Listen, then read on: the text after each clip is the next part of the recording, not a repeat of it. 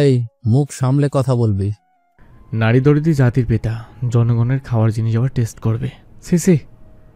তাহলে তোর বোনকে দিস, নিশ্চয় পিওর হবে, একেবারে দেশি খাঁটি মাল। শুয়োরের বাচ্চা, আর একবার এই কথাটা বললে তোর জিপটা টেনে ছিঁড়ে ফেলবো। কথাটা বলে আদনান ফোন ছুঁড়ে মারে। মুহূর্তেই নিজের মাঝে উত্তেজনা দেখতে পায়। রক্ত যেন টকবক করছে, হাত নিষ্পিস করছে। যেন এই মুহূর্তে জয় আবরণকে হাতের কাছে পেলে 2 কোপ বসিয়ে দিত। মাথা ভীষণ গরম হয়ে আছে আদনানের। কি করা যায় ভেবেই ব্যালকনিতে যায়। নিস্তব্ধ চারিপাশ, আকাশে নেই চাঁদ বা তারা।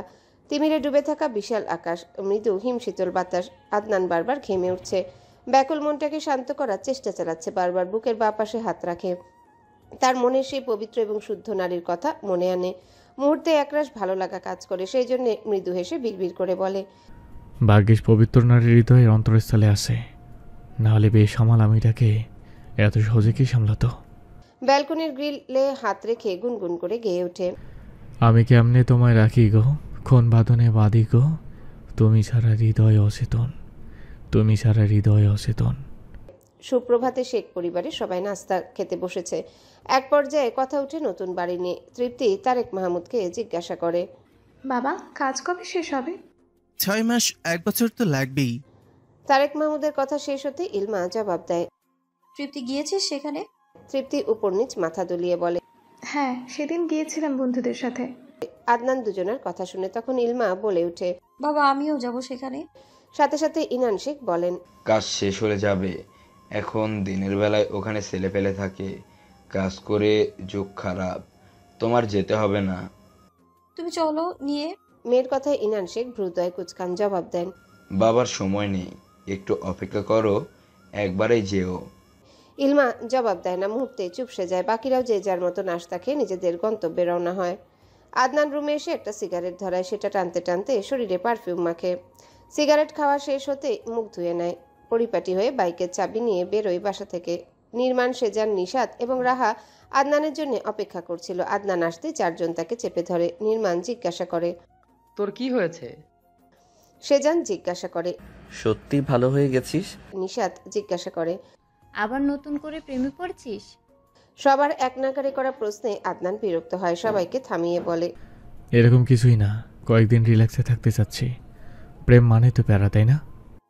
তুই প্লিজ এসব বলিস না, এই ধরনের কথা তোর মুখে একদম শোভা পায় না।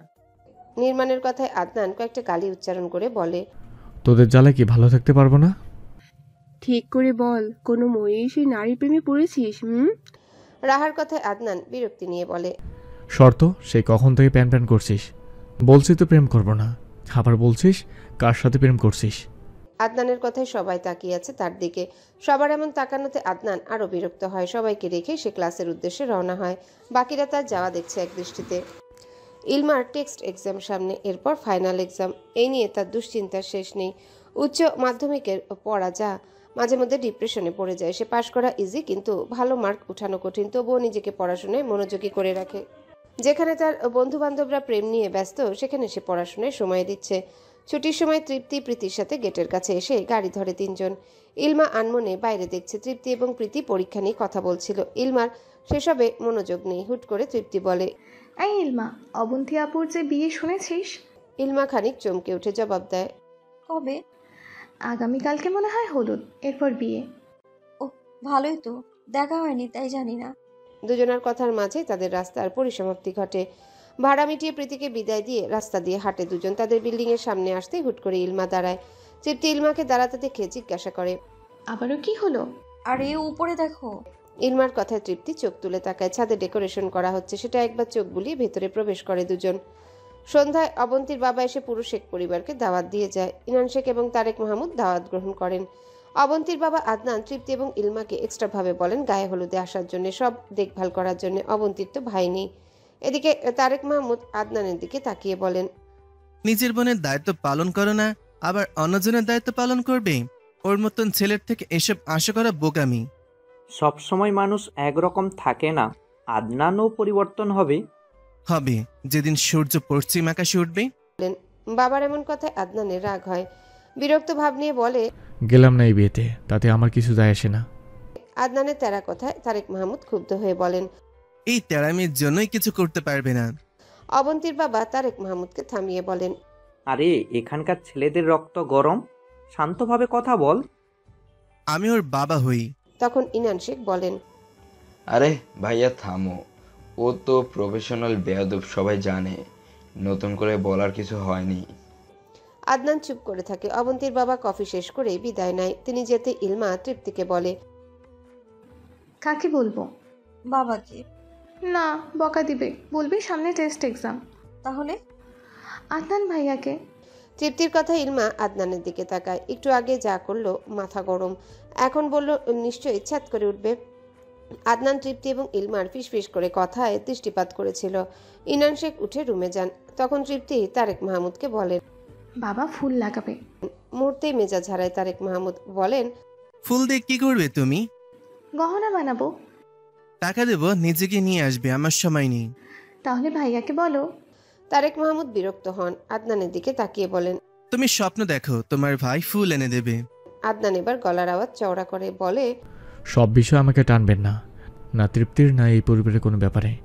আমার মতো বেয়াদবের থেকে কোনো আশা করবেন না কেউ। কথায় কথায় বালের কথা বলে, আমি জানি আমি বেয়াদব, এই পাড়ার সবাই জানে, প্রতিদিন বলার কিছুই হয়নি। আদনানের মৃদু চিৎকারে তারেক মাহমুদও চেঁচিয়ে বলেন, টাকা খরচ করে বেয়াদব বানাচ্ছি, এত সফলতা দিয়ে কি করব যদি ছেলেটাকে মানুষ করতে না পারি? তখন ঈশিতা বলে, ওকে তুমি খারাপ বানিয়েছো, মানুষ অভাব বোঝায়, তুমি কখনো অভাব বুঝিয়েছো? টাকা চাইলে দিয়ে দিতে, ভুল হয়েছে, ওকে দেশের বাইরে পাঠানো উচিত ছিল, পরিবারের অভাব বুঝতো, হার্ড ওয়ার্ক করতো, এটাই বেটার ছিল। সব দোষ তোমার, তুমি তখন রাজি হওনি কেন? ঈশিতার কথায় তারেক মাহমুদ ক্ষুব্ধ হয়। আদনানকে বলেন, তোমাকে 15 দিন সময় দিলাম, নিজেকে পরিবর্তন না করলেই বাড়ি থেকে বেরিয়ে যাবে। আমি কারোর জন্য নিজেকে পরিবর্তন করতে পারবো না, থাকলাম না এই বাড়িতে, তাতে আমার কিছু যায় আসে না। ফরিদা পারভিন সবাইকে থামিয়ে বলেন, আমার নাতি কোথাও যাইব না, তারেক কি বলে এদিন? তখন ঈশিতা বলে, আর লাই দিবেন না প্লিজ, ওর পরিবর্তন হওয়াটা জরুরি। ইলমা তৃপ্তি দুজনেই স্তব্ধ। কি একটা কথার থেকে কোথায় গেল। ইলমা ভাবছে ফুলের কথা তোলাটাই ভুল ছিল, তৃপ্তি ভাবছে ফুলের কথা তারেক মাহমুদকে বলাটাই ভুল ছিল। কিন্তু তারেক মাহমুদ এবার জোর দিয়ে বলছেন সবটা। আদনানকে মাত্র 15 দিনের সময়, এরপর আদনানের বাড়ি ছাড়তে হবে। তখন ফরিদা পারভিন বলেন, আদনানটা কি হইল? ওর ফুফাতো ভাইরেও তো দেখতে পারে, কত নম্রভদ্র। আদনানের মেজাজ ঘেটে গেছে। তার দাদির দরকার ছিল নিজের নাতির কথা তোলার। আদনান বিরক্তি নিয়ে বলে, ওই প্যাটলার কথা আমি বলবেন না, ওই কি করে বেড়ায় তুমি জানো নাকি? নিজে তো বেয়াদব, সেজন্য ভালো ছেলেটাকেও তোমার মতো ভাবছো। ঈশিতার কথায় আদনান বাঁকা হেসে বলে, কেমন ভালো সেটা সময় হলে বোঝা যাবে। কথাটা বলে সে রুমে চলে যায়। বাকিরা তার কথার চোয়াল শক্ত করে নিয়েছে। তখন ফরিদা পারভিন বলেন, আদনানের বিয়া করাইয়া দাও, যখন বউ আসবে তখন দেখবা সোজা হয়ে যাইব। মায়ের কথায় তারেক মাহমুদ বিরক্ত হয়ে বলেন, আম্মা, ওর মতন বেয়াদবের কাছে মেয়েকে বিয়ে দিবে? ও কি চাকরি বা অন্য কোনো কাজ করে নাকি? বউ চালাবে কিভাবে? 15 দিনে যদি নিজেকে সঠিক পথে আনতে পারে তো আমার বন্ধুর কাছে প্রস্তাব রাখবো। তাহলে তো ভালোই। ফরিদা পারভিনের কথা শেষ হতে ইলমা তৃপ্তি দুজনেই উঠে রুমে আসে। তৃপ্তি ইলমাকে বলে, ভাইয়া কিভাবে 15 দিনে নিজেকে পরিবর্তন করবে? জানি না, ও বেশি উচ্ছৃঙ্খল, মানে অতিরিক্ত। শোন, একটা কথা বলি। তৃপ্তির কণ্ঠ অন্যরকম শোনালো। ইলমা কিছুটা অবাক হয়, জবাব দেয়, কি? ভাইয়াকে বুঝাবি। কি? হ্যাঁ, ভাইয়া যদি তোর কথা শুনে। আস্তাগফিরুল্লাহ। আদনান যা, আমাকে ধমকে সাইডে রেখে দিবে। না ভাই, ওর আর গার্লফ্রেন্ডকে বল বোঝাতে, আমি এইসবে নাই। আমার মনে হয় ভাইয়া তোর কথা শুনবে। কোন অধিকারের জন্য আমার কথা শুনবে? জানি না, ভাইয়ার চোখে তোর জন্য আকুলতার টান মায়া দেখতে পাই। এসব কেমন কথা তৃপ্তি?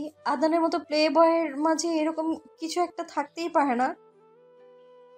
তুই প্লিজ উল্টাপাল্টা বলে আমার মনে ওকে নিয়ে তিক্ততা তৈরি করিস না।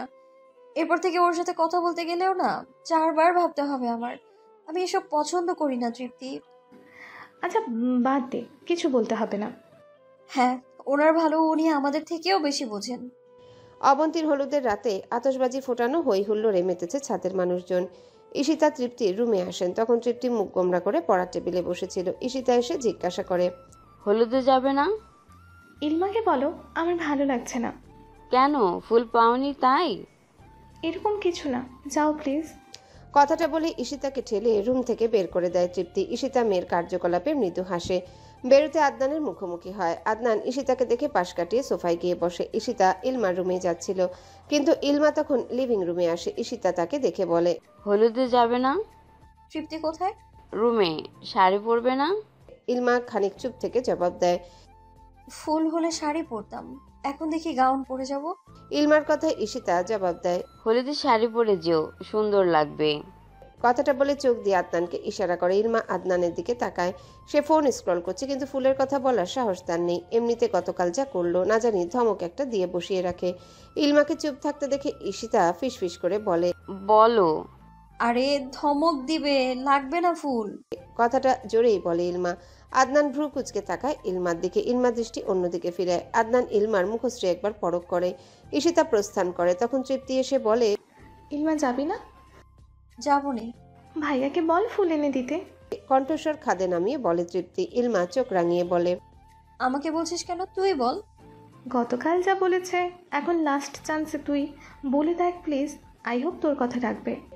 তৃপ্তির এহনো কথায় ইলমা পুনরায় চোখ রাঙায়। তৃপ্তি ঠেলতে থাকে। আদনান ওদের কাণ্ড আর চোখে দেখছে আর মিটিমিটি হাসছে। তৃপ্তির জোরাজোরিতে ইলমা বাধ্য হয়ে আদনানের সামনে আসে, মাথাটা নিচু করে বলে, বাইরে যাবা? কেন? আদনান জেনেও না জানার ভান করছে। কণ্ঠস্বর কিছুটা রাগ দেখায়। ইলমা আদনানের রাগ মিশ্রিত জবাবে খানিক বিরক্ত হয়। তবুও তৃপ্তির কথার জন্য লজ্জাশরম ত্যাগ করে কোমল মিশ্রিত শীতল কণ্ঠে বলে, আমার ফুল লাগবে, তুমি এনে দিবা? ইলমার এই আবদারটা আদনানের কাছে ভীষণ আদুরে লেগেছে। কোনো জবাব না দিয়ে ইলমার চোখের ঘন পাপড়িতে এক দৃষ্টিতে তাকায়। তখন তৃপ্তি ইলমাকে বলে, চলে আয়, মনে হয় আনবে না। ইলমা মাথা নাড়িয়ে চলে আসে। আদনান কোনো প্রতিক্রিয়া দেখায়নি। দুজন মনে মনে আদনানের ভাবকে তুলোধনা করছে, সাথে আদনানের মেজাজের গোষ্ঠী উদ্ধার করছে। দুজনে ব্যর্থ মনে শাড়ির দিকে তাকাচ্ছে। মেরুন রঙের শাড়ি দুটো খাটের একপাশে পড়ে আছে। তৃপ্তি ইলমাকে বলে, এই চুল ছাড়বি আজকে? না, বাজে লাগবে। এই চুপ, তোর চুল মাশাল্লাহ হাঁটু ছুঁয়েছে, বাজে লাগবে কেন? খোপা করবো নে। না, চুল ছাড়বি। ভূতে ধরবে। ধরু, তোর খোলা চুল দেখার শখ ভাই, তেমন একটা ভাগ্য হয় না। তৃপ্তির কথা শেষ হতে ইলমা চুলের ক্লিপটা খুলে, সাথে সাথে একগুচ্ছ কাজল কালো ঝরঝরে চুল হাঁটু অব্দি নেমে যায়। তৃপ্তি ইলমার চুলের দিকে তাকিয়ে বলে, খেসবতী, তোর জামাই তোর চুল দেখলেই ফিদ্দা হয়ে যাবে। এরপর মাশাল্লাহ বলবে। তৃপ্তির কথা ইলমা খানিক হাসে। চুলগুলো বাঁধতে বাঁধতে আয়নার সামনে দাঁড়ায়। হুট করে দরজার পাশ থেকে কারো সরে যাওয়া নজরে আসে। ইলমা ঘুরে দাঁড়ালে কাউকে দেখতে পায় না। পরক্ষণে ভাবে হয়তো চোখের ভুল, কে আসবে এখানে। তৃপ্তি পায়চারি করছে আর ইলমাকে বলছে, ভাইয়া সত্যি ফুল এনে দেবে? না। সলার ইতার বউটা যাতে রিনা খান হয়, তখন বুঝবে মজা। যদি ভদ্র হয়? মেয়েটার কপাল পড়বে, আদনানের অত্যাচার সহ্য করতে হবে। আরে মেয়েটা যে কি কপাল পোড়া। ইলমার কথায় তৃপ্তি বলে, মেয়েটা ভাগ্যবতীও, পিওর ভালোবাসা পাবে। এত প্রেম করেছে, এখন বলছিস বউকে পিওর ভালোবাসা দিবে? ও তো টাইম পাসের প্রেম করে, সিরিয়াস কিছু না। ভালো তো বাসবে বউকে। তৃপ্তির কথা ইলমা জবাব দেয় না। ফোন হাতে বন্ধু মহলে আড্ডা শুরু করেছে। প্রায় 20 মিনিট অতিবাহিত হওয়ার পর আদনান দরজার সামনে দাঁড়িয়ে বলে, ভেতরে আসবো নাকি তোরা বাইরে আসবি? আদনানের কথা তৃপ্তি ইলমার দিকে তাকায়। ইলমা জবাব দেয়, ভেতরে আসো। আদনান বিরক্তি নিয়ে বলে, বাইরে আয়, আমি যাব না। তাহলে ঢং করে অনুমতি কেন নিলে? তীব্র ঝাঁঝালো কণ্ঠে প্রতিবাদ করে ইলমা। আদনান রুক্ষ গলায় জবাব দেয়, ঠেকা আমার না তোদের? বাজে লোক। তাতে তোর বাপের কি? আদনানের কথা ইলমা তর্জরি নাচিয়ে বলে, কথা কথা বাপ টানলে খবর আছে একদম। আয় দেখি কি খবর করতে পারিস। 101 বাপ টানবো, তাতে তোর বাপের কি রে? তারা কোথাকার। ইলমা আদনানের ঝগড়ায় তৃপ্তি কপাল চাপড়ায়। দুটো শান্তিতে থাকতে পারে না। সামান্য বিষয় নিয়েও ঠোকাঠুকি, কিন্তু ঝগড়াগুলো শুনতে তৃপ্তির ভালোই লাগে। ইলমা তৃপ্তি লিভিং রুমে আসতেই আদনান ফুলের ব্যাগ ইলমার দিকে এগিয়ে দেয়। ইলমা ব্যাগের দিকে তাকিয়ে বলে, এত ফুল? বেশি হলে দিয়ে দে, উপরে ফ্ল্যাটের মেয়েগুলোকে দিয়ে আসি। আরে নারী দরদি, সমাজ সেবক। ইলমার কথায় আদনান ধমকে বলে, প্রেমিক নারী উল্টোপাল্টা বলবি না, তোদের মেয়েদের ঢঙ্গে শেষ থাকে না। ফুল না এনে দিলে সমস্যা, এনে দিলেও নাকামি। এত ফুল তোর বাপারটাকে আনেনি, নিজেরটাকে এনেছি। কথায় কথায় বাপ টানবে না তো, ধমকে বলে ইলমা। তখন তৃপ্তি বলে, তোমার আইফোনটা দিও, পিক তুলবো আমি আর ইলমা। দেব শর্তে। আদনানের কথায় তৃপ্তি এবং ইলমা দুজনেই হাঁ হয়ে যায়। আদনান জীবনেও নিজের ফোন কারোর হাতে দেয় না, পিক তুলতেও না, তার রুমেও তেমন কাউকে ঢুকতে দেয় না, দরজা একটা লক করে রাখে আজীবন, এমনকি বাইকের পেছনেও কাউকে বসায় না। কিন্তু হুট করে ফোন দিতে রাজি হয়েছে, তাও শর্ত সাপেক্ষে। বিষয়টা সত্যি চিন্তার। আদনানের কথায় ইলমা বলে, কি শর্ত? চুল ছেড়ে হলুদে যেতে পারবি না, বেড়া মানুষের আশেপাশেও যেতে পারবি না, মেয়ে মানুষ ব্যতীত অন্য কারোর সাথে কথা বলতে পারবি না, হলুদে গিয়ে ঢং ন্যাকামি কোনোটাই করতে পারবি না। এইসব রুলস মানলে আমার আইফোন দিয়ে আজকে যত খুশি পিক তুলতে পারবি, ওকে? আদনানের শর্ত শুনে ইলমা তৃপ্তির দিকে তাকায়। তৃপ্তি চোখ দিয়ে ইশারা দিতে ইলমা জবাব দেয়, এসব শর্ত মানা ব্যাপার না। এই তো ভদ্রভাবে চলবি, যাতে লোক খারাপ না বলে। আচ্ছা যা, দেরি হয়ে যাবে। আদনানের কথায় ইলমা তৃপ্তি ফুল নিয়ে ইলমার রুমে যায়, মূলত গহনা বানানোর জন্য। রুমে এসে ফ্লোরে ফুলগুলো ব্যাগ থেকে বের করে ইলমা। আদনান অনেকগুলো ফুল এনেছে, বলা যায় তাদের প্রয়োজনের চেয়েও 3 গুণ বেশি ফুল। ইলমা তৃপ্তির দিকে তাকিয়ে বলে, তোর ভাই একটা পাগল। আসলেই কিভাবে টাকা নষ্ট করা যায় সেই ধান্দা। বড়লোকি মন তার, দেখিস না কত মেয়ে সেখানে জায়গা পায়। ভাইয়ার রাগ বেশি হলেও মন ভালো। তৃপ্তির কথা ইলমা মৃদু হেসে বলে। হয়তো। আদনান সোফায় বসে ফোন থেকে পিকচার ডিলিট করছে, আবার হাইড করছে। মূলত মেয়েদের সাথে যেসব পিকচার আছে সেগুলো কিছু ডিলিট আর কিছু হাইড রেখেছে। উঠে রুমে এসে ফোনটা চার্জে বসিয়ে ব্যালকনিতে যায় আদনান। আজকে মনটা বেশ ফুরফুরে লাগছে। রাতের ডিনারটা করে ইলমা এবং তৃপ্তি রেডি হতে বসেছে। ঈশিতাকে ডেকে এনে ইলমা শাড়ি পরে। সে নিজের শাড়ি নিজে পরতে পারে না, যত চেষ্টায় করে কুচি ঠিক হয় না, আঁচল উল্টা পড়ে, কোনোভাবেই তাল করতে পারে না। ইলমা তৃপ্তি সেমভাবে শাড়ি পরে, 2 হাতে বেলি ফুলের গাজরার সাথে খোপাতেও ফুল দেয়।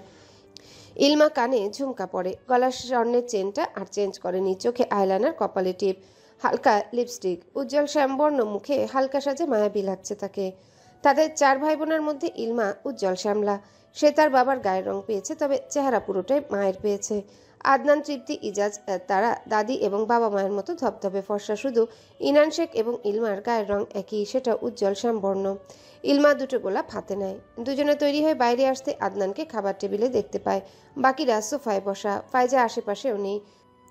সবার আগে বা পরে সে খাবার খায়। সবাই যখন বসে কথা বলে আশেপাশেও আসে না সে। তৃপ্তি এবং ইলমাকে দেখে ফরিদা পারভিন বলেন, সাবধানে যাইস, কোনো স্যারার দিকে তাকাবি না। ফরিদা পারভিনের কথা ইলমা আদনানের দিকে তাকায়, বিড়বিড় করে বলে, তোমার বলতে হবে না, তোমার নাতি যে রুলস দিয়েছে তোমার থেকেও দ্বিগুণ। ইনান শেখ মেয়েকে দেখে জিজ্ঞাসা করেন, ফুল এনেছো কখন? বাকিরাও তাকায়। তৃপ্তি তখন জবাব দেয়, ভাইয়া এনে দিয়েছে। বাকিরা আর চোখে আদনানকে দেখছে। আদনান সেদিকে ভ্রুক্ষেপ না করে নিজের মতো করে খাবার খেয়ে শেষ করে হাত ধুয়ে পানি পান করে রুমে যায়। চার্জ থেকে ফোনটা খুলে বাইরে আসে, তৃপ্তির দিকে ফোন বাড়িয়ে দিয়ে বলে, যা বলেছি মনে থাকে যেন। তৃপ্তি মাথা নাড়ায়, ইলমার হাত ধরে বেরিয়ে যায়। আদনান আর সেখানে তাকেনি, সোজা রুমে চলে আসে। বেশি ভালো মানুষদের পাশে বসতে নেই, নাহলে তাদের বাতাস লেগে শরীরে চুলকানি শুরু হতে পারে। তৃপ্তি ইলমা আসতে দেখে সাজানো অবন্তীকে, একদম পরী লাগছে। তাদের রিলেটিভ আছে বটে, শিমুল এবং তাজবিহাকে দেখে তৃপ্তি ইলমা তাদের কাছে যায়। কিছুক্ষণ কথাবার্তা বলে তৃপ্তি এবং ইলমা ছবি তুলতে যায়। এক কোণায় দাঁড়িয়ে ইলমা ছবি তুলছে, তার ক্যামেরাম্যান তৃপ্তি। এক পর্যায়ে তৃপ্তি আশেপাশে তাকিয়ে বলে, কেউ নেই, প্লিজ চুল ছাড়া একটা পিক তোল, অনেক সুন্দর লাগবে। সাথে সাথে ইলমা জবাব দেয়, না, আদনান দেখলে বকবে। তোর হোয়াটসঅ্যাপে পাঠিয়ে ওর ফোন থেকে ডিলিট মেরে দেবো। শিমুল তাজবিহা আসতে তৃপ্তি তাদের বলে, পাশাপাশি দাঁড়াও, ইলমাকে যাতে বাইরে না দেখা যায়। 3 জন পাশাপাশি দাঁড়াতে ইলমা নিজের খোপা ছেড়ে দেয়। দীঘল কুন্তল কোমর ছাড়িয়ে সেই কেশ। ইলমার ছবি তোলা শেষ হতে চুল খোপা করে নেয়। তারপর তৃপ্তি ছবি তুলে। অবন্তীকে হলুদ দিয়ে স্টেজে ছবি তুলে দুজন। 12:30টার মাঝে আবার বাসায় চলে আসে ইলমা এবং তৃপ্তি। তৃপ্তি শাড়ি পরে হাঁসফাঁস করছে, সেজন্য এসেই ফ্রিজ থেকে পানির বোতল নিয়ে রুমে চলে যায়। ইলমা আদনানের ফোন হাতে রুমে আসে, ছবিসহ হোয়াটসঅ্যাপে দিয়ে আদনানের গ্যালারি থেকে ডিলিট করে দেয়। পুনরায় রুম থেকে বেরোয় সে।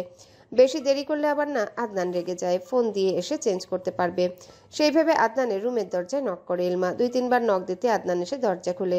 শাড়ি পরা মৃদু এলোমেলো ইলমাকে নজরে আসে আদনানের। শ্যামকন্যার চোখের দিকে দৃষ্টিপাত করতেই যেন গভীর সমুদ্র দেখতে পায়। অন্যরকম সুন্দর সেই চোখ জোড়া। আদনান সেই গভীর চোখে নিজের চোখের মিলনে বেশিক্ষণ ডুবতে পারেনি। নিজের সর্বনাশের ভয়ে দৃষ্টি সংযত করে নেয়। সামনে তাকিয়ে বলে, রুলস ঠিকঠাক মেনেছিস তো? ইলমার জবাবে আদনান ভ্রু কুচকে বলে, দেখিস মিথ্যা বলবি না, সব খবর আমার কাছে আছে।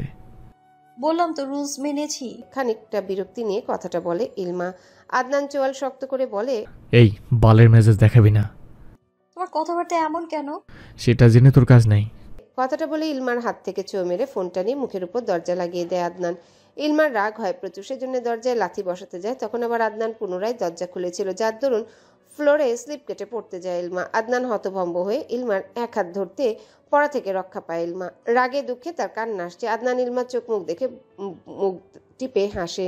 ইলমা নিজেকে সামলে তীব্র ঝাঁঝালো কণ্ঠে বলে, আল্লাহ বিচার করবে, দরজায় শান্তি মতো লাথিটাও বসাতে দেয় না। ইলমার কথায় আদনান জবাব দেয়, মাথা মোটা এরকম শক্ত কাঠের দরজা লাথি মারলে পা ভেঙে যাবে।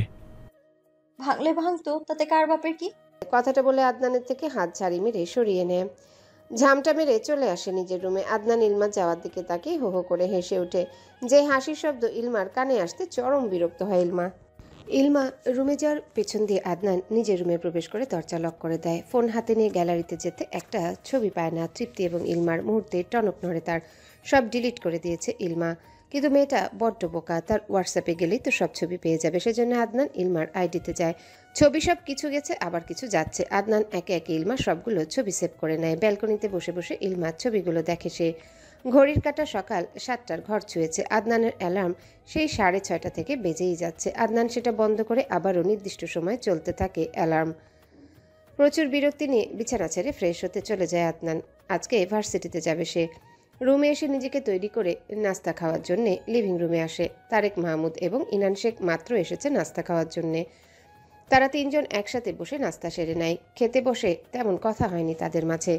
আদনানের খাওয়া শেষ হতেই বাইকের চাবি নিয়ে আসে। ইলমা তৃপ্তি সবে নাস্তা খেতে এসেছে। আদনান দুজনকে আর চোখে পরখ করে। বেরিয়ে যাওয়ার আগ মুহূর্তে তারেক মাহমুদ আদনানকে শুনিয়ে বলেন, আম্মা, তোমার নাতিকে বলে দিও আর 14 দিন। আদনানের কানে আসে সে কথা। বাকিরা তার যাওয়া দেখছে। আদনান সূক্ষ্ম দীর্ঘশ্বাস ছেড়ে বাইক নিয়ে বেরিয়ে যায়। তারেক মাহমুদ আদনানের যাওয়া দেখে বিরক্ত হন। ফরিদা পারভিন তারেক মাহমুদকে বলেন, আর কিছু বলার দরকার নাই। শোন, বিকেলে আমি আর তৃপ্তি ফাতিহার বাসায় যাব। মায়ের কথায় ইনান শেখ জিজ্ঞাসা করেন, হুট করেই কেন? অনেক দিন ধরেই বলছে ফারিসের জন্য মেয়ে দেখতে যাব। এ তো বেশ ভালো খবর। ইনান শেখের কথায় তারেক মাহমুদ তৃপ্তিকে বলেন, ভালো মেয়ে দেখবে ফারিসের জন্য, ছেলেটা যথেষ্ট ভদ্র। ইলমা সবার কথা শ্রবণ করে। নাস্তা শেষ করে সবার উদ্দেশ্যে বলে, বিয়েতে যাবে না তোমরা? তারেক মাহমুদ জবাব দেন, ইনান তো কোর্টে যাবে, বাকিরা যারা আছে তারা যাবে আর কি। ফাইজা ইজাজকে বকছিল তখন, পড়ালেখা ঠিকঠাক করে না, এই সেই হাবিজাবি কত ব্যাপার নেই। ইজাজ নাস্তা খেয়ে রুমে চলে যায়। তৃপ্তি তার আম্মুকে রান্নার কাজে হেল্প করতে যায়। ইলমা উঠে নিজের রুমে আসে। তার রুম অনেকটাই অগোছালো হয়ে আছে। ইলমার তেমন সময় হয় না রুম গুছানোর। আজকে যেহেতু কলেজে যাবে না, রুমটা গোছানো যাক। টেবিলে একাডেমিক বইয়ের সাথে কিছু গল্প উপন্যাসের বইও ছিল, যেগুলো পড়ার জন্য বুক সেলফ থেকে নামিয়েছিল ইলমা। যেহেতু সামনে টেক্সট এক্সাম, উপন্যাসের বই পড়ার মানেই হয় না। বইগুলো সুন্দর করে সেলফে তুলে রাখে সে। রুম ক্লিন করে, লিভিং রুমটাও গুছিয়ে নেয়। রান্নাবান্না শেষ হতে কিছু কাজে হেল্প করে ইলমা। ফাইজার সাথে তার কথা হয় না, বলা যায় ফাইজা তাকে ইগনোর করে। সেজন্য ইলমাও আগ বাড়িয়ে কথা বলতে যায় না। ভার্সিটিতে দাঁড়িয়ে বন্ধুদের সাথে কথা বলছে আদনান। এক হাতে আঙ্গুলের ফাঁকে জ্বলন্ত সিগারেট, যেটা কিছুক্ষণ পরপর মুখে তুলছে আর ধোঁয়া টানছে। অপোজিটে আবরণ মেয়েদের র্যাক দিচ্ছে। আদনানের চোখের আড়াল হয়নি সেসব ব্যাপার। রিয়ানের সাথে তেমন একটা যোগাযোগ হয় না আদনানের, বলা যায় নিজে থেকে কথা বলা কমিয়ে দিয়েছে। দেখা হলে ব্রেকআপ করে নিবে। আদনানের হাব ভাব ভালো ঠেকছে না নির্মাণের কাছে, সেজন্য বেশিক্ষণ নিজের কৌতূহল ধরে রাখতে পারেনি। নির্মাণ আদনানের দিকে শান্ত প্রশ্ন ছুড়ে মারে, তোর হয়েছেটা কি? আদনান সিগারেটে একটা টান দিয়ে বলে, সময় খারাপ যাচ্ছে। বাকিরা কিছুটা অবাক হয়। সে জবাব দেয়, তোর অল্প স্বল্প পরিবর্তনের জন্য। আদনান শূন্যে তাকায়, সূক্ষ্ম দীর্ঘশ্বাস ছেড়ে বলে, সময় খারাপ যাচ্ছে, আমি খারাপ। ভালোর সংস্পর্শে এসে দেখি আমার সব নড়বড়ে হয়ে যাচ্ছে। পরিস্থিতি যেন আমায় বাস্তবতার কঠোরতায় আসামি হিসেবে দাঁড় করিয়ে দিচ্ছে। আমাকে আধারে মানায়, আলোতে নয়। কিন্তু কি বলতো, জীবনের কিছু কিছু সময় প্রতীক্ষা, মোহমায়ায়, তাড়নায় আলোতে হাসতেই হয়। এই আলো আমার শ্বাসরুদ্ধ করে হৃদয়ে তোলপাড় সৃষ্টি করে। আমার নতুন সৃষ্টি কিংবা শেষ ধ্বংস এই আলোতে দেখতে পাচ্ছি। আদনানের কথায় নির্মাণ জবাব দেয়, এই আলোটা কি কাউকে ভালোবাসার মতো সর্বনাশী বেপরস্যপার? নির্মাণের কথার প্রতি উত্তরে কোনো প্রতিক্রিয়া দেখায় না আদনান। বাকিরাও আর প্রশ্ন করার সাহস পায়নি। তবে ঘটনা ঘটে অন্য। আদনান যখন আবরণের সামনে দিয়ে যাচ্ছিল তখন আবরণের দলের একটা ছেলে টিটকারি মেরে বলছে, জয় ভাই, আপনার শালা যাচ্ছে। কথাটা বলে ছেলেটা হাসে, সাথে ছেলেপেলেগুলো হাসে। আদনানের কর্ণকুহর হয় সেই বাক্য, কিন্তু ঝামেলা যেতে চায় না, সেজন্য কিছু বলেনি। তার বোনকে সে সামলে রাখতে পারবে, মুখে বললে বিয়ে হয়ে যায় না, আর না শালা হয়ে যায়। কিন্তু জয় সেই কথাটা কাউন্ট করে জবাব দেয়। ব্যাস, আদনানের টেম্পার গরম হয়ে যায়। শার্টের হাতা ফোল্ড করতে করতে এগিয়ে আসে আবরণের দিকে। আবরণ আদনানকে খেপিয়ে যেন তৃপ্তি পেল। আদনান এসে এই আবরণের কলার চেপে ধরে, নিজের শক্ত মাথা দিয়ে আবরণের কপালে জোরে বাড়ি দেয়। হাত মুষ্টিবদ্ধ করে আবরণের নরম গালে আঘাত করে, পা তুলে আবরণের পেটে আঘাত করে, যার ফলস্বরূপ আবরণের মুখ দিয়ে রক্ত বেয়ে পড়ে নিচে লুটিয়ে পড়ে। এগিয়ে আসে আবরণের দলের ছেলেপেলেগুলো। আদনান তাদের সাথে মারামারিতে ব্যস্ত, তবে নিজেও 2-4 ঘা খেয়েছে, যার ফলে কপাল ঠোঁট ফেটে রক্তে টইটুম্বর। নির্মাণ সেজান মুহিত এসে আদনানকে ছাড়ায়। জয় উঠে আদনানের পিঠে কয়েকটা লাথি বসায়। তাতেই আদনান পুনরায় ক্ষিপ্ত হয়ে আবরণের অন্ডকোষ বরাবর লাথি বসিয়ে দিয়ে বলে, শুয়োরের বাচ্চা, এই মেশিন নিয়ে এত তেজ না তোর? এরপর আমার বোনকে নিয়ে আজে বাজে কথা মুখে আনলে একেবারে আজীবনের ফিউচারে বাপ হওয়া ছুটিয়ে দেবো একদম। আবরণ ব্যথায় দম যায় যায় অবস্থা, তবুও ঠোঁটের কোণে তার হাসি। আদনান বেশ বিরক্ত হয়। আবরণ সর্বশক্তি দিয়ে চিৎকার করে বলে, তোর বোনকে তো আমি দেখে নেব, যেখানেই পাবো। ফিউচারের কথা চিন্তা করিস। আদনান তেড়ে আসতে গেলে নির্মাণ তাকে ঠেকায়। আদনান চোখ মুখ শক্ত করে বাজে গালি দেয় আবরণকে। আদনানকে টেনে টুনে এক সাইডে নিয়ে আসা হয়। মুখের অবস্থা রক্তমাখা, রাগে শরীর অসম্ভব কাঁপছে তার। কপালের রগ সুস্পষ্ট হয়ে ফুটে উঠেছে, হাত দুটো মুষ্টিবদ্ধ। অন্যদিকে আবরণকে হসপিটালের উদ্দেশ্যে নেওয়া হয়। নির্মাণ আদনানকে পানির বোতল এগিয়ে দিতে দিতে বলে, তোদের ঝামেলার শেষ হবে না, হসপিটালে চল। শুয়োরের বাচ্চা আমার বোনকে নিয়ে বাজে কথা বলবে কেন? ওর ঝামেলা আমার সাথে, আমার পরিবারকে টানে কেন? জানি না, আবরণকে বিশ্বাস নেই। তৃপ্তিকে সাবধানে রাখিস। নির্মাণের কথায় আদনান পানি পান করে উঠে দাঁড়ায়। শরীরের সর্বাঙ্গ ব্যথায় বিষিয়ে উঠছে। আদনানের অবস্থা বুঝে নির্মাণ এবং সেজান তাকে ধরে গাড়িতে নিয়ে বসায়, পাশের হসপিটালে নিয়ে যায়। আদনান চুপচাপ হসপিটালে আসে। কাটা জায়গা ড্রেসিং করিয়ে ব্যান্ডেজ করে নেয়। ব্যথার ওষুধ সহ আরও কিছু ঔষধ লিখে দেওয়া হয়। হসপিটাল থেকে বেরিয়ে 3 বন্ধু একটা রেস্টুরেন্টে ঢুকে দুপুরের খাবার খাওয়ার জন্যে। দুপুর বলতে 2:30 বেজে গেছে প্রায়। 3 জন মিলে লাঞ্চ সেরে বাইরে আসে। আদনান এই অবস্থা নিয়ে বাসায় যাবে না, সেই জন্য ঠিক করে 2 দিন নির্মাণের বাসায় কাটিয়ে দিবে। অবন্তীর বিয়েতে এসেছে শেখ পরিবারের সদস্য। তৃপ্তি ইলমা দুজনে সারারা পরে হিজাব বেঁধে মাথা ঢেকেছে। ঈশিতা এবং ফাইজার সাথেই ছিল দুজন। গিফট দিয়ে বরকে দেখে পিকচার তুলে তারা। অবন্তীকে বউ সাজে মাশাল্লাহ সুন্দর লাগছে। খাবার খেয়ে দেরি করেনি তারা, নিজেদের ফ্ল্যাটে চলে আসে। বিকেলে ফরিদা পারভিনের সাথে তৃপ্তি তার ফুপির বাসায় যাবে। ফরিদা পারভিনের কথা মতো 2-3 দিন সেখানেই থাকবে তারা। সেজন্য তৃপ্তি ব্যাগ দুটো তৃপ্তিসহ দরকারি জিনিসপত্র নিয়ে নেয়। কিছুক্ষণ রেস্ট করে দাদি রাত্নি বেরোয় ফারিসদের বাসার উদ্দেশ্যে। তারেক মাহমুদের পার্সোনাল কারে করে যাবে। ড্রাইভার তাদেরকে বাসার সামনে নামিয়ে দিবে। তৃপ্তি চলে যাবে। ইলমা 2-3 দিন একা কাটাবে। একা বলতে আর কি, কলেজেই তার সময় কেটে যাবে। তবে দাদিকে আর তৃপ্তিকে সে 3টা দিন মিস করবে। সন্ধ্যায় ঈশিতা নাস্তা বানাচ্ছে, ইলমাও হেল্প করছে। ফাইজা আশেপাশেও ঘেঁষেনি। কিচেনে তারা দুজন। আদনান তখনও ফিরেনি, কল দিয়েছে, ফোন বন্ধ বলছে। ঈশিতা চিন্তিত ছেলেকে নিয়ে ইলমাকে বলে, আদনানের হলোটা কি? সেই সকালে বেরিয়েছে, বাসায় আসার নাম নেই। মনে হয় এক্ষুনি এই বাসা ছেড়ে দিচ্ছে। আরে না, কোনো সমস্যা পড়েছে মনে হয়। যে নিজে সমস্যা সৃষ্টি করে তার আবার কিসের সমস্যা? ইলমার কথায় ঈশিতা নীরব চাহনি দেয়।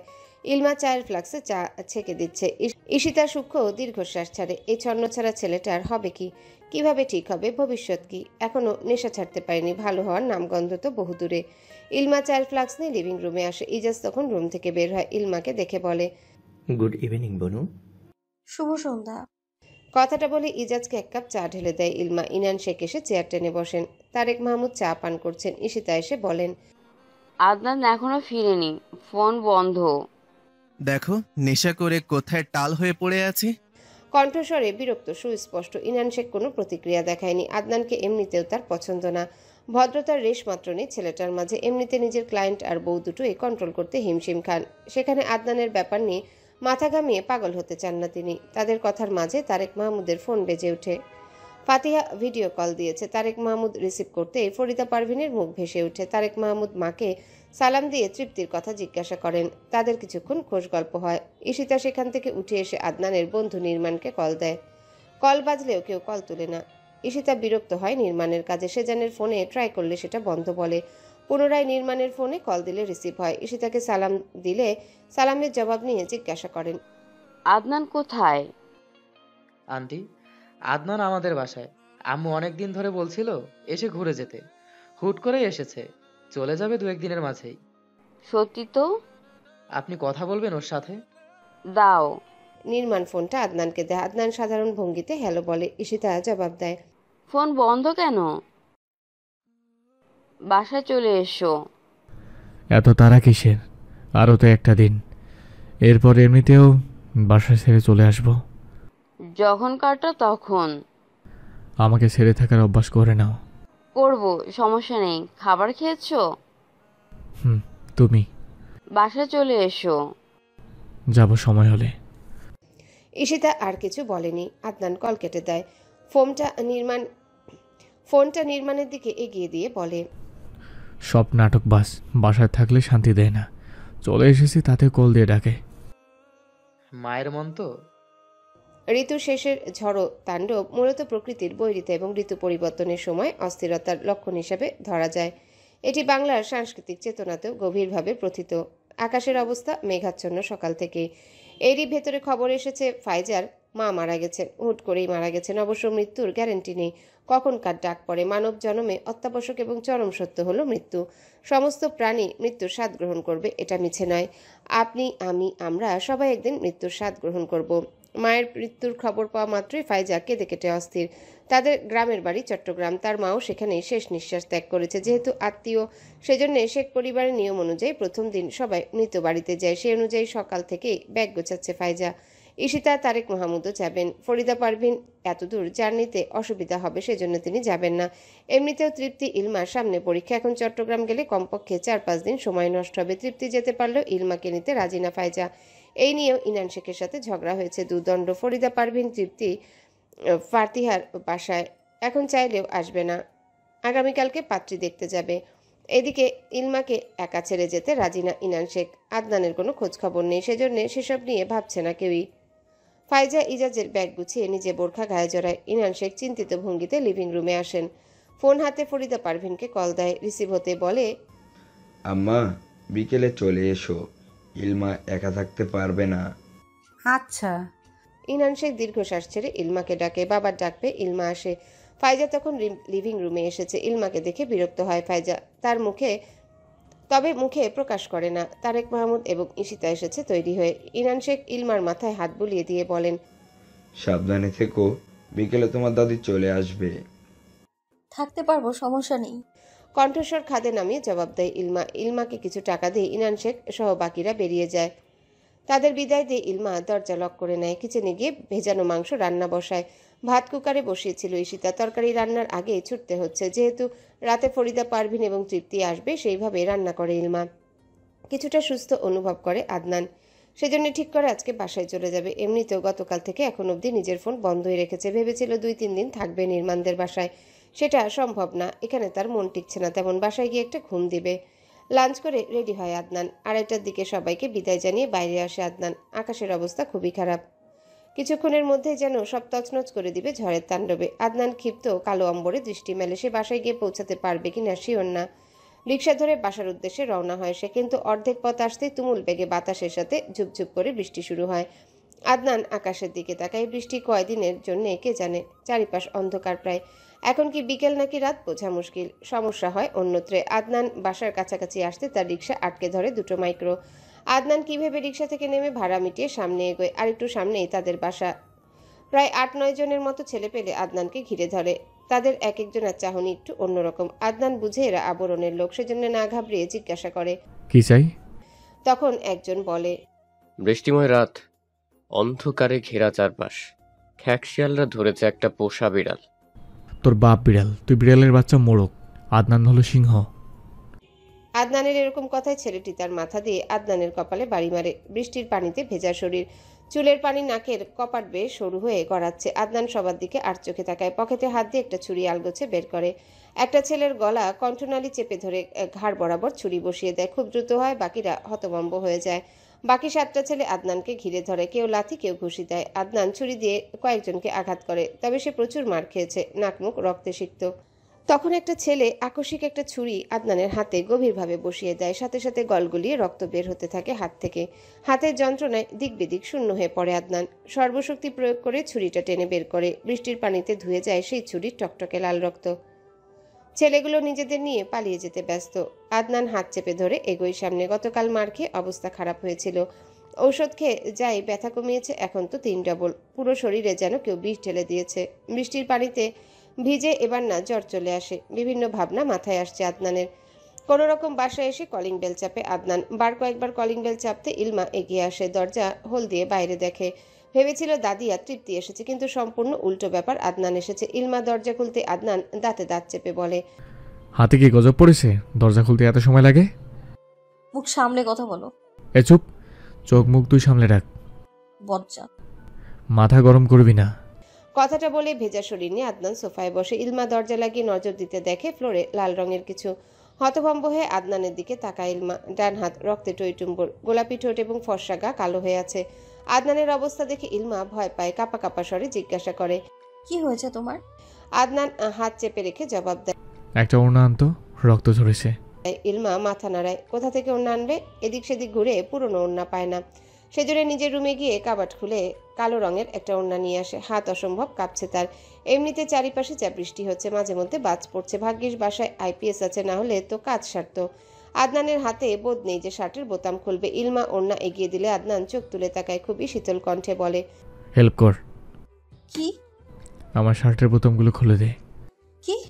চোখ বের করে বলে ইলমা। আদনান বিরক্ত হয়, জবাব দেয়, হাতে শক্তি নেই বোতাম খোলার, থাকলে তোকে বলতাম না। ইলমার মায়া হয়। এমনিতে আদনানের অবস্থা দেখে তার খারাপ লাগছে। বাসায় কেউ নেই যে হেল্প করবে, এখন তার ভরসায় আছে বেচারা। ইলমা মৌনতা কাটিয়ে বলে, তুমি চোখ বন্ধ করে রাখবে। চোখ খোলা থাকলে সমস্যা কি? আরে লজ্জা লাগে।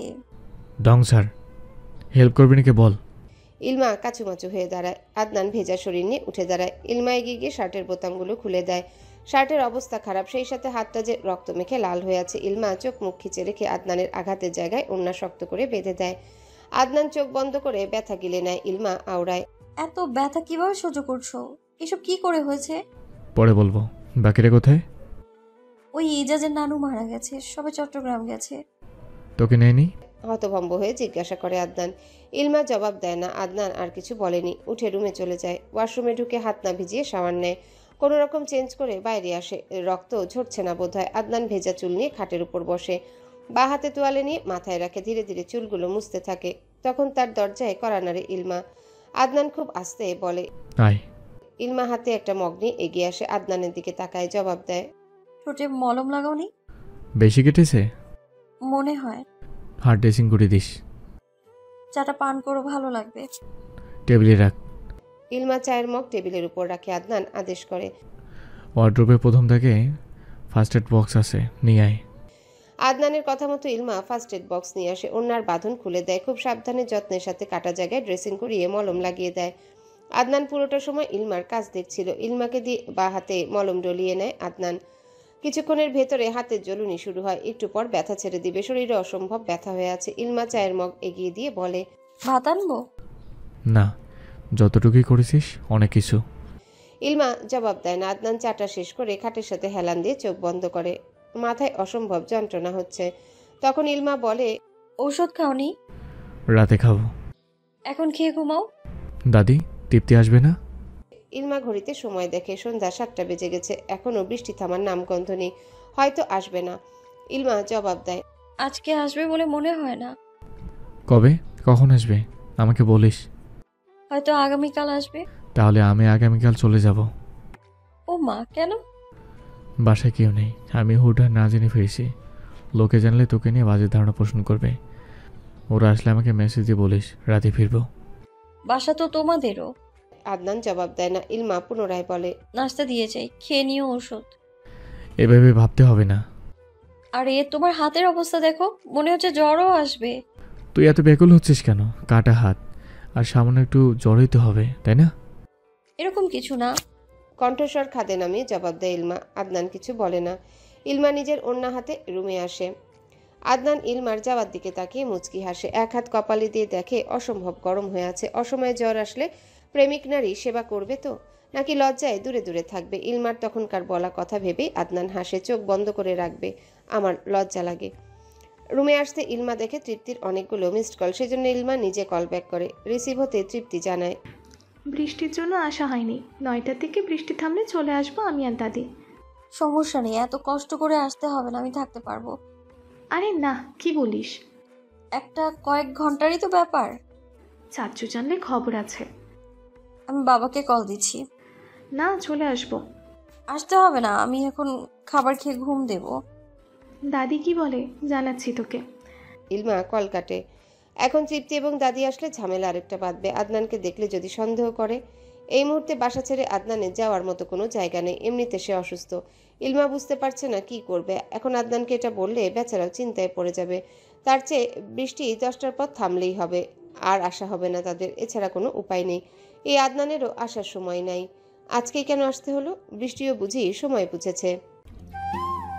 হ্যালো বন্ধুরা, পরবর্তী পার্ট খুব তাড়াতাড়ি আসবে, তো সবাই অপেক্ষায় থাকো।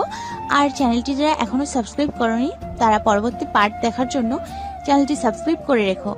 ধন্যবাদ সবাইকে, আমাদের সাথেই থেকো।